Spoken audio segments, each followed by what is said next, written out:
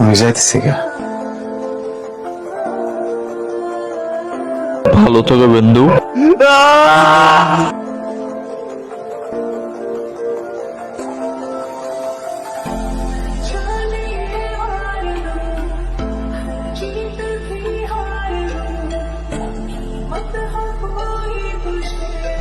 বিন্দু আইসা পড়ছো? তোমার চাচা মানুষদের তলব পাঠাইছে আসার জন্য, না এসে উপায় আছে? এমন একটা জায়গা বাড়ি নিচে যে গাড়ি পর্যন্ত ঢুকে না, আবার পাগলে থাকে। মাই আসে না কেন? মাই আসে না। ঠিক আছে, গোবর হবো না, চলো। পাগল হয়ে গেছো তোমরা?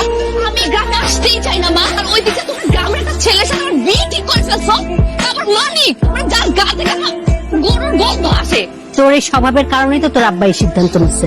আমরা বাড়িতে থাকতে তুই বাড়িতে আসতে চাস না। তাই বলে মানি মানে খারাপ কি? শিক্ষিত পোলা।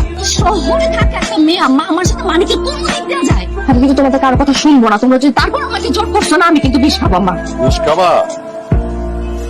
এই নাও বিষ, হয় তুমি খাও নাহলে আমি খাই। এটাই আমার সিদ্ধান্ত চূড়ান্ত। আজকেই বিয়ে। জানতাম আরে নতুন ভাবি যে, আসসালামু আলাইকুম। কিসের ভাবি? খারাপ